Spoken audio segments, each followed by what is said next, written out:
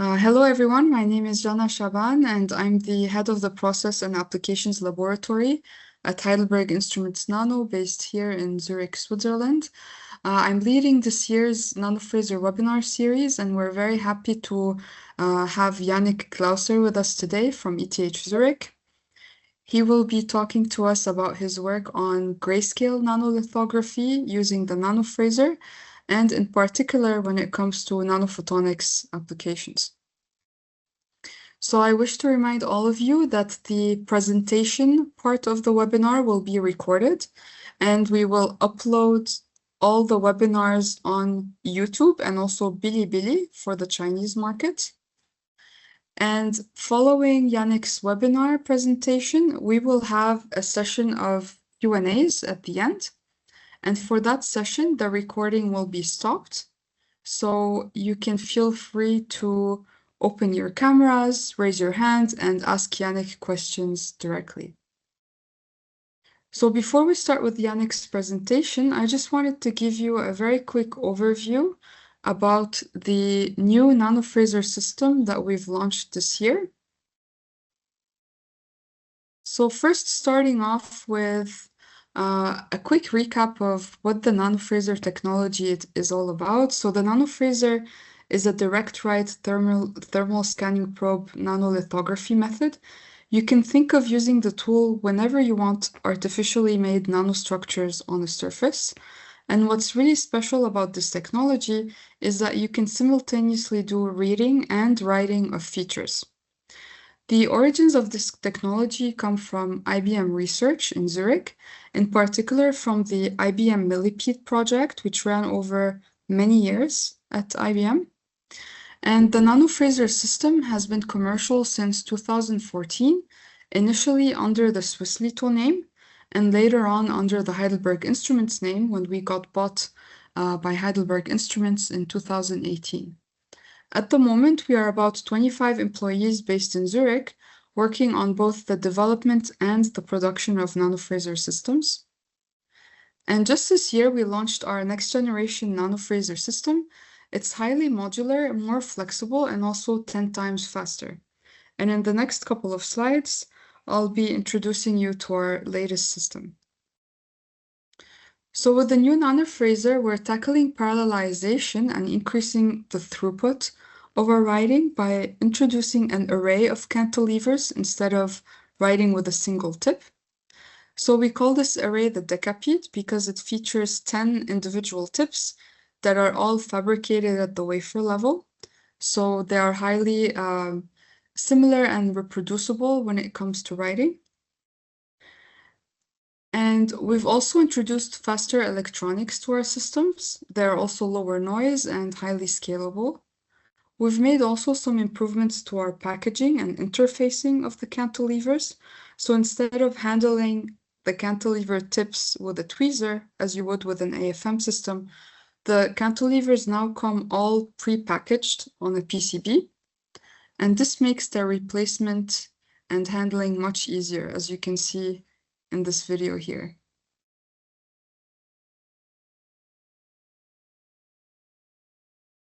So what's really special about these decapede modules is that all 10 tips can be working in parallel and also independently. This is a look at our software system. On the right side, you see an optical microscope image of all 10 tips writing on top of a substrate. And in the center, you see a live view of the topography image being loaded. And this is what I meant by reading and writing simultaneously. In one line, the tip is writing a feature, and in the opposite way, the tip is reading the initially written feature and also correcting any deviations with the feedback we have. In this example, all the 10 tips are patterning this image, which I'm sure you'll recognize soon. But actually, each tip can be controlled individually, and each tip can be working independently and writing a different type of pattern. This is shown in the simulated video here. One tip can be writing a grayscale pattern, for example, the other a 2D pattern, and all of this can be working together with the laser writer head module that we also have integrated on our systems. So you could think of using the laser for medium to large resolution features and the tip for high resolution features. The system is highly flexible as well because with the same base system, you can have the single tip module, the decapede module, and also the laser all working together. If you go to the nanofrazor.com website, simply by scanning this QR code here, you'll see that we have a couple of questions that you can answer. And after having these answers from you, we can advise you on the best configuration of NanoFrazor systems available. This would be based on your research interests, your lab space, and your budget as well. It could be the simplest form of the NanoFrazor system, which is the NanoFrazor tabletop here, or the NanoFrazor can come in a standalone housing to limit outside noise and perturbations. Or you could also think of taking the entire NanoFrazor system and placing it in a glove box and have this be part of a larger cluster of tools. So thank you for tuning in to this short presentation. Now we can move on to the NanoFrazor webinar series. We've had multiple very interesting talks in the past already. All of these talks are recorded and uploaded to both YouTube and Bilibili for the China market. And today we're very happy to have Yannik Glauser with us. So Yannik has degrees in bachelor and master's degrees from ETH Zurich, from the mechanical engineering department in particular. And he is currently a student in the OMEL group, which is supervised by Professor Norris. So OMEL stands for Optical Materials Engineering Laboratory. This group is also a very close collaborator of ours at Heidelberg Instruments Nano.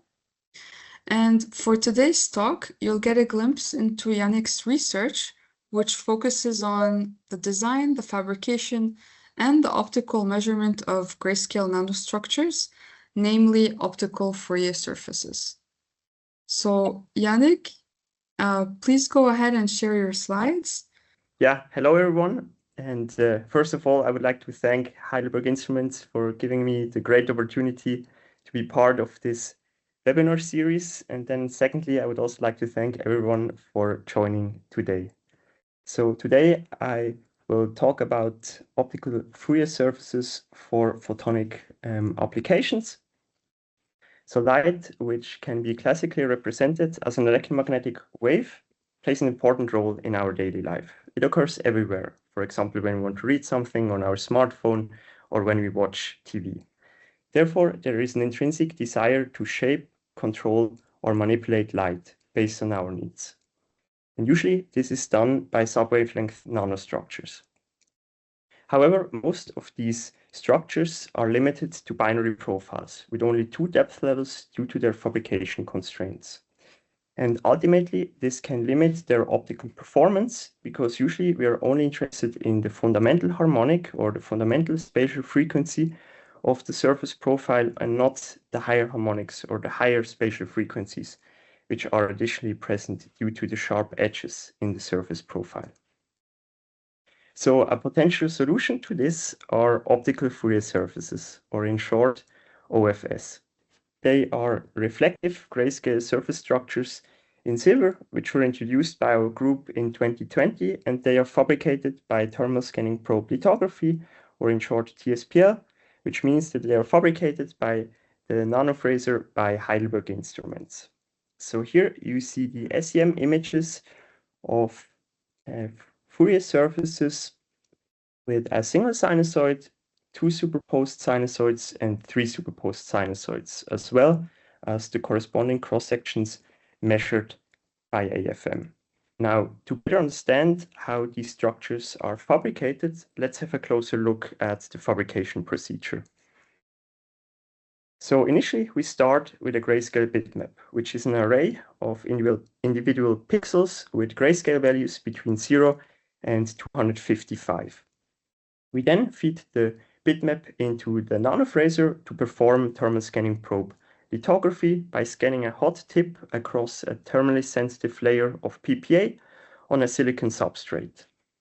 And this then leads to a pattern profile in PPA, which could look like this one. Here we have a single sinusoidal profile with a fixed period of 1 micron, a depth of 300 nanometers, and a lateral size of 40 by 40 microns.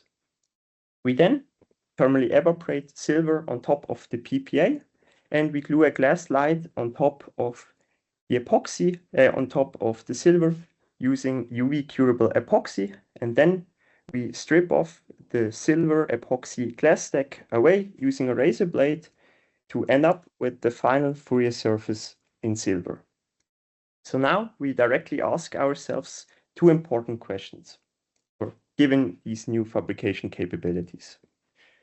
First of all, what can we do with this new technology, and what can we learn from it? And I would like to address these questions by looking at two different projects we are currently working on in our group. First of all, we test the optical performance and the reliability of our Fourier surfaces in fundamental diffractive experiments, because so far no quantitative or no complete comparison and study between experimental measurements, numerical simulations, and analytical models has been possible.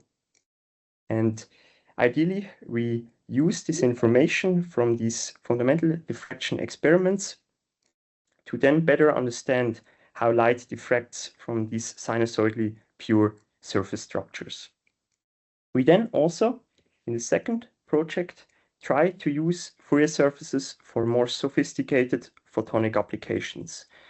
The one I would like to focus on today is holography in free space. And we then try to transfer the concepts of holography in free space, or generally the shaping of a wavefront in free space, to other platforms such as integrated photonics and plasmonics. But let's start with the first one. So in order to better understand our system, we have to understand the commonly applied models, which are based on scalar diffraction theory and Fourier optics. So here we assume to have a Fourier surface in silver with a certain surface profile and an incoming plane reference wave at normal incidence. Then the light interacts with the Fourier surface, and the Fourier surface makes the light locally travel a longer or a shorter distance, depending on the surface profile. And these optical path differences in the light then lead to phase modulations in the wavefront.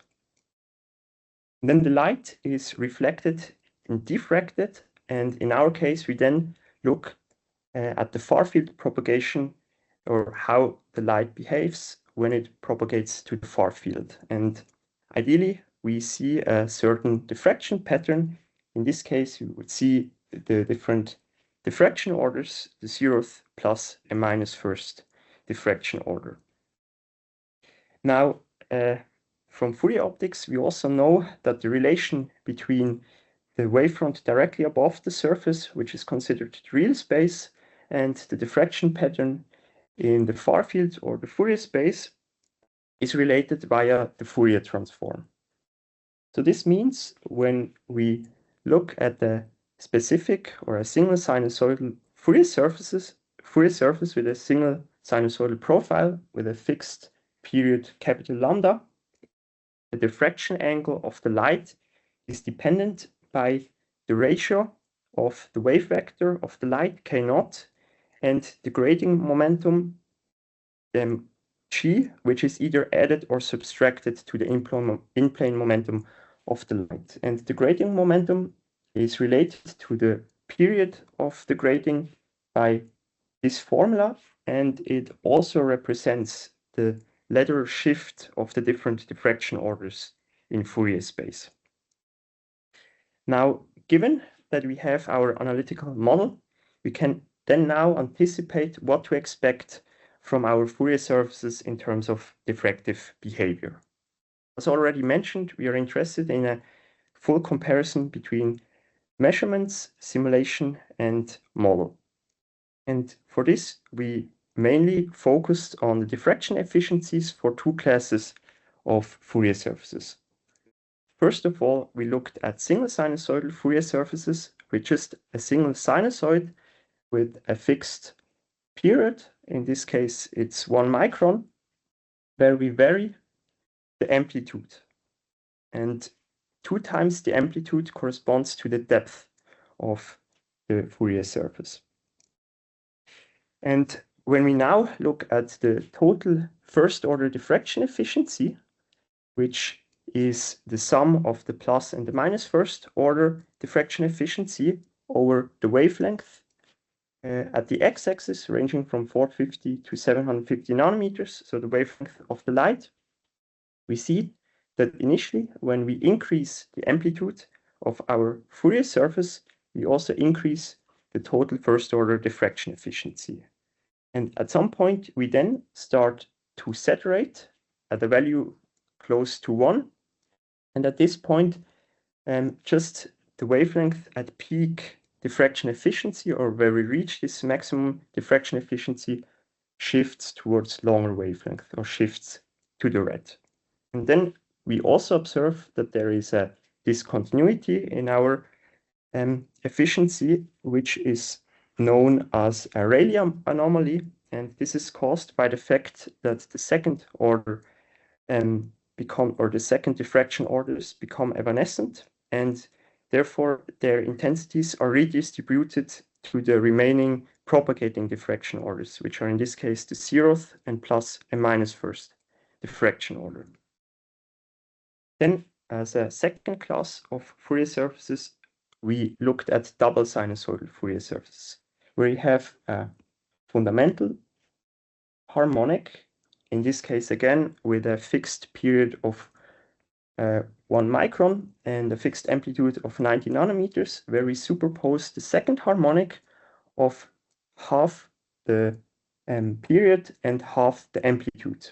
And in this case, we vary the relative phase between these two superposed sinusoids. And just by varying this relative phase, in this case ranging from 0 to pi or then to 2 pi, we see that we can achieve differently oriented Fourier surfaces. For example, for the case of phi equal to 0, the structure looks like a blazed grating or like a tilted structure oriented towards the right side or towards the plus first order. For phi equal to pi half, we see that the structure looks symmetric, and for phi equal to pi, it looks like a tilted grating or a blazed grating towards the left side or towards the minus first diffraction order. When we now look at the plus first diffraction efficiency, again based on our analytical model, which is the diffraction efficiency, let's say towards the right side, we see that when we decrease the relative phase, we also decrease the efficiency we get in the plus first order. And this means that by just adding an additional sinusoid and changing the relative phase of it, we can have a highly asymmetric diffraction behavior. And again, in this case, we see that we also have the Rayleigh anomaly. Now, for the case where we would vary the phase from phi equals to pi to phi equal to 2 pi, we would exactly see the opposite effect, where we again diffract more light from the minus first order to the plus first order. Now, we then actually fabricated these structures. First, the single sinusoidal Fourier surfaces. So here you see the dark field images of the Fourier surfaces in silver, where every individual square is a different Fourier surface with a different amplitude. In this case, it is named by the specific amplitude, which means also in this case, this would be would have an amplitude of 150 and a depth of 300 nanometers. And then we characterized the topography of these Fourier surfaces by fitting a single sinusoid to the surface profile. And what we can observe is that the fitted amplitude, in this case the left y-axis, with respect to the designed amplitude on the x-axis matches extremely well. And when we look at the root mean square error, in this case the green dots with respect to the right y-axis, we see that the root mean square error proportionally increases the deeper the structures until a certain point, in this case 125 nanometers, where the root mean square error over proportionally starts to increase. But also just the fact first that we see that the structures show a very small root mean square error, but also the fact that we could pattern 30 structures directly after each other show the reliability and the precision of the NanoFrazor and the Fourier surface platform itself. We then also fabricated the double sinusoidal Fourier surfaces. In this case, you again see the different Fourier surfaces as squares with the different relative phases. In this case, in steps of pi/6. And we again characterized their topographies. We then measured our Fourier surfaces with our optical setup, which is based on a Fourier microscope. Besides all the different optical components, the most important ones are our supercontinuum laser source with a tunable filter box, or with a tunable bandpass filter, which allows us to tune the wavelength of the incoming light. The light is then directed onto or focused onto the back focal plane of our objective, that we ideally come in with a plane wave onto our Fourier surfaces. The light is then reflected and diffracted and redirected or relayed to our camera, which sits in a Fourier plane and shows ideally our wanted or desired diffraction pattern. Now, in order to measure the diffraction efficiencies of our Fourier surfaces, we performed reflectivity measurements. So for these, we first measured the Fourier space or the diffraction pattern in Fourier space of our Fourier surface, and then compared this data with a reference measurement or the diffraction pattern of, or the Fourier space of just a plain silver surface. And then we integrate the counts of the measured, of the measurement and, or of the main measurement and the reference measurement, and integrate it along ky, and we get this plot. And then we can perform this for all the different wavelengths we want to sweep through, and we get this specific plot where we have the wavelength on the x-axis and the kx over k0 in Fourier space over the y-axis. And then when we start also to integrate the counts next or for every diffraction order in a certain range around the diffractive or diffraction spot, we can then count all the counts together for one specific diffraction order. And when we then normalize the number of counts for one specific order by the total counts we got from the reference measurement, we can determine our reflectivity, or we can determine our diffraction efficiencies. And that's exactly what we did. So in this case, first for the single sinusoidal Fourier surfaces, here you see the wavelength of the light on the x-axis, the amplitude of the Fourier surface on the y-axis, and here again you see the total first order diffraction efficiency. And we did the same for full electrodynamical simulations, so finite difference time domain simulations, and for our analytical scalar diffraction model. And what we see is that the trends are very similar to what we expected when we looked at our model before. So what we see is, again, initially when we increase the amplitude of our Fourier surface, we increase the total first order diffraction efficiency until it saturates at some point, and just the peak wavelength or the wavelength of peak diffraction efficiency shifts towards longer wavelength. And here we also have to keep in mind that for the experimental data, every pixel represents one specific measurement for one specific wavelength and a Fourier surface with one specific amplitude. And generally, and we also observe, of course, the Rayleigh anomaly at 500 nanometers.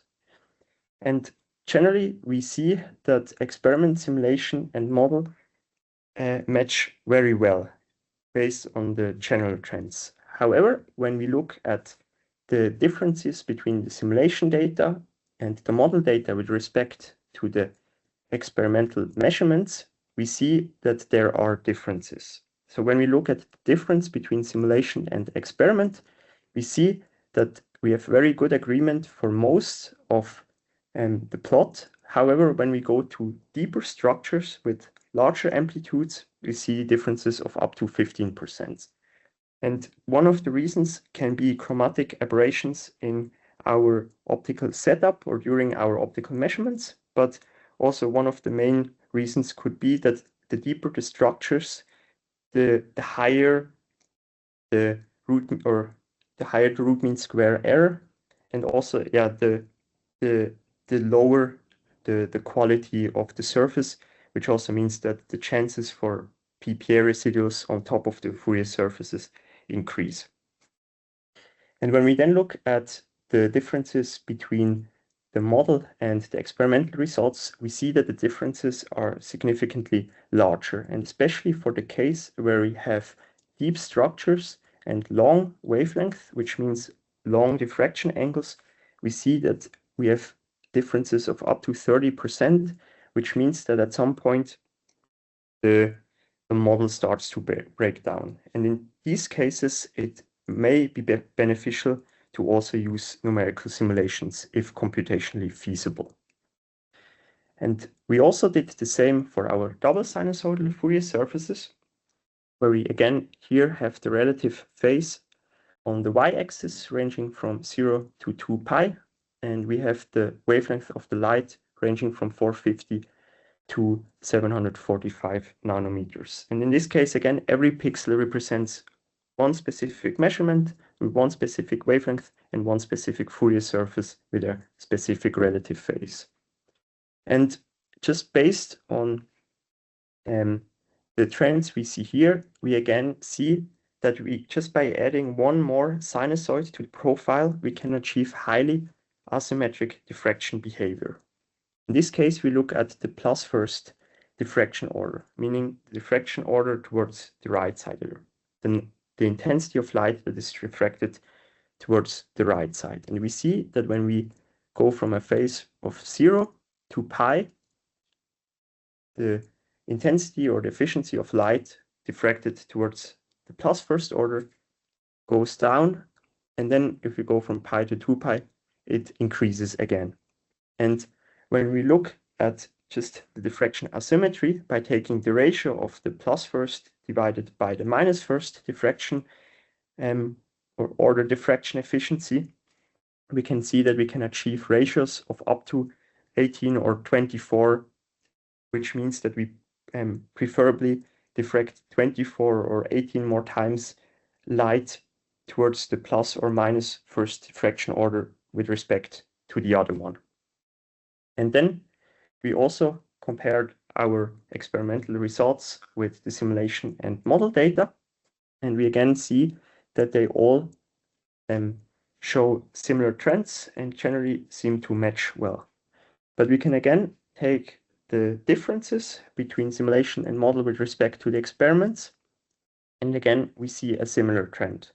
For the differences of the simulation and experimental data, we see that they agree very well. So the differences are generally very low. When we then look at differences between the model and the experiment, we see that we have significantly higher differences of up to 35%, which especially again for longer wavelength.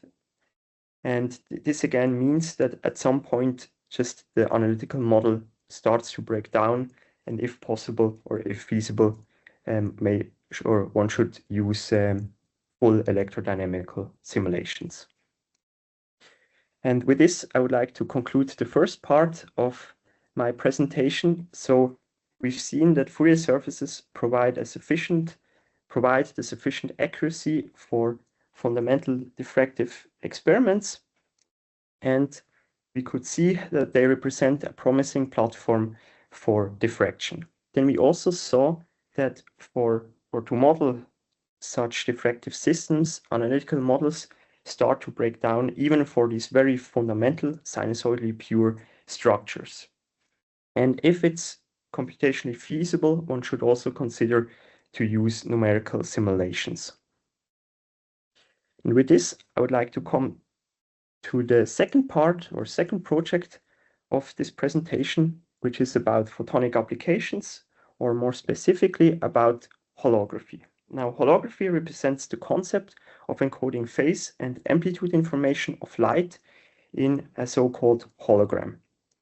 And usually this involves a two-step process, where in the first step, the recording step, a wave or a light wave coming from an object is interfered with a reference wave, and their interference pattern is encoded in a hologram.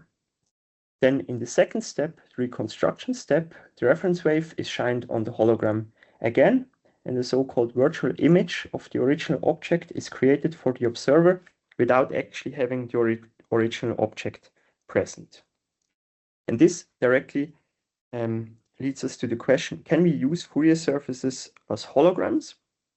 And also, can we directly calculate their designs, which means that there would be no initial recording step necessary. And commonly, this is also referred to as computer-generated holography.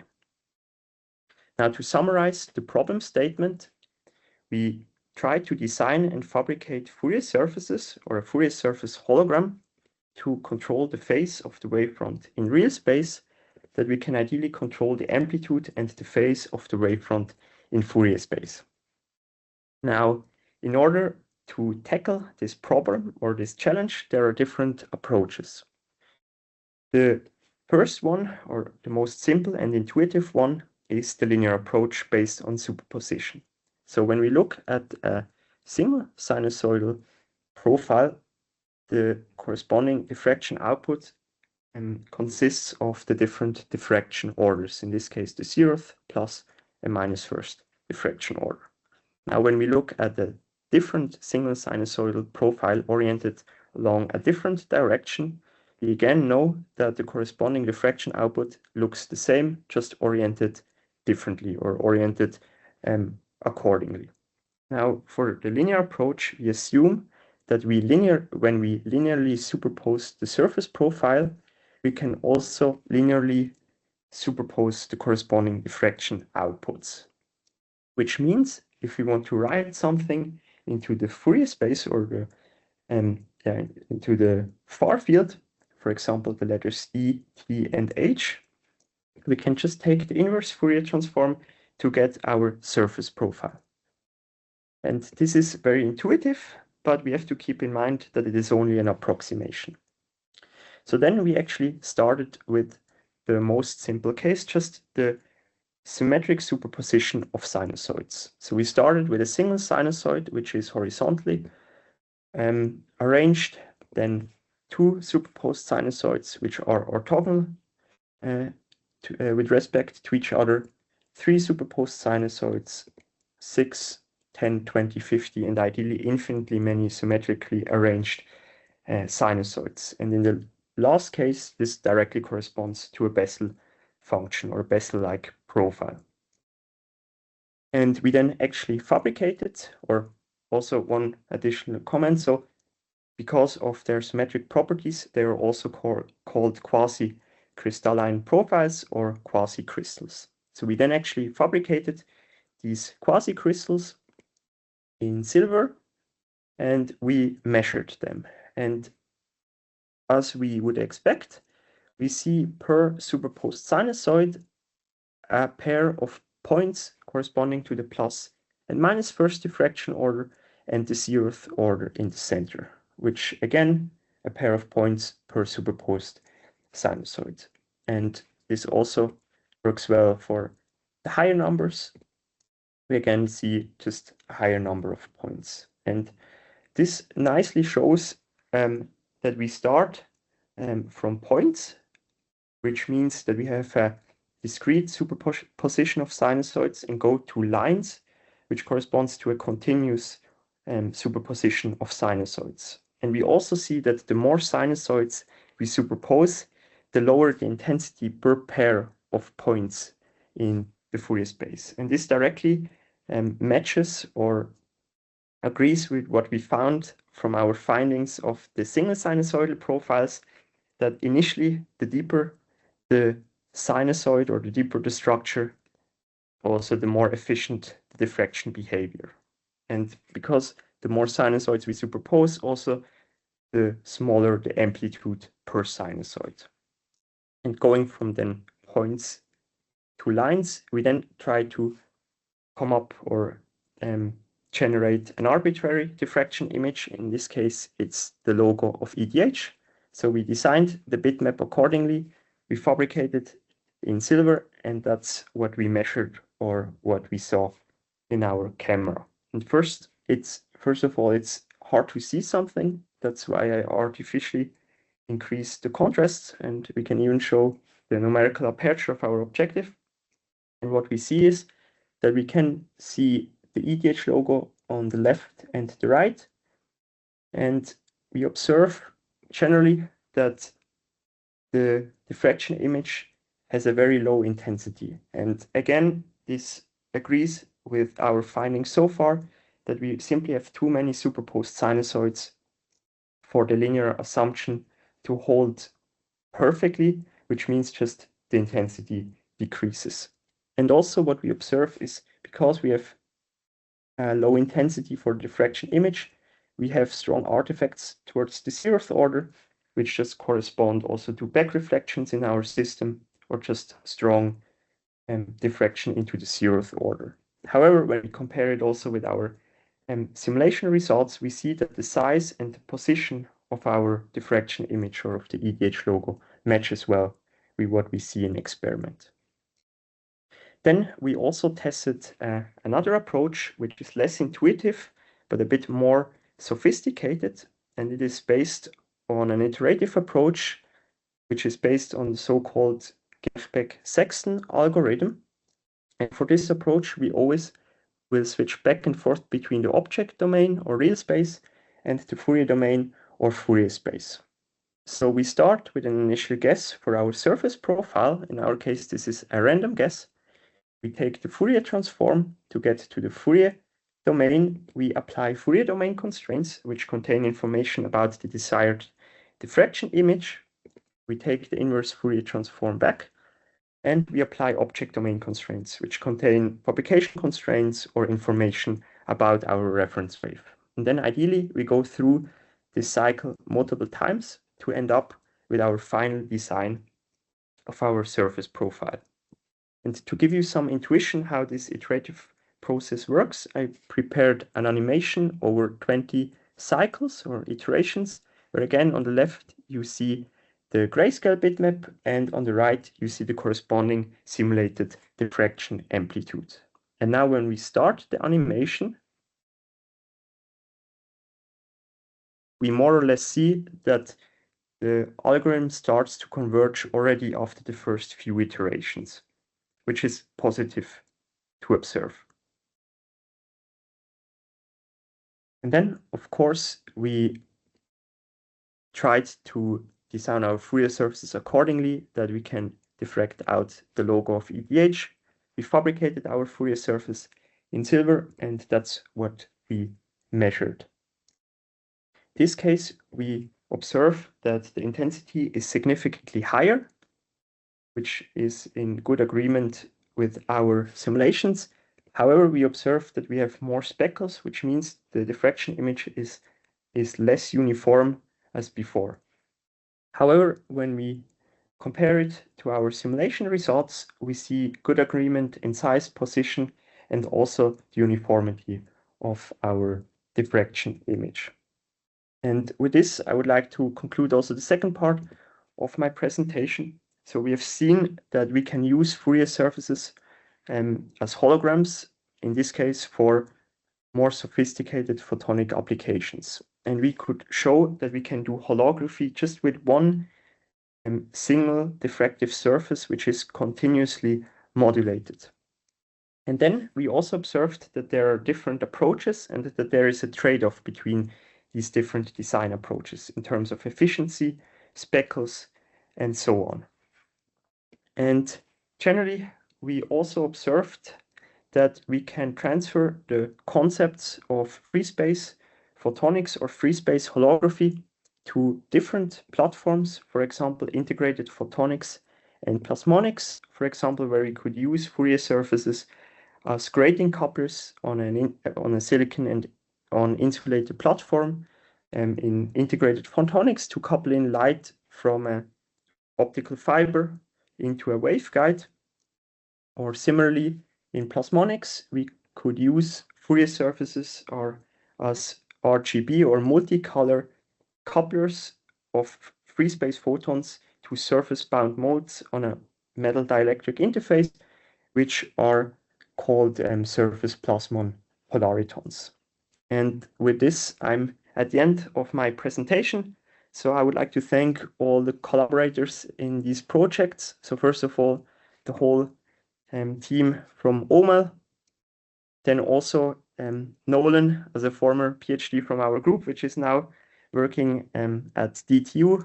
And then also last but not least, thanks a lot to Heidelberg Instruments for the general support and also for everything. Thank you very much.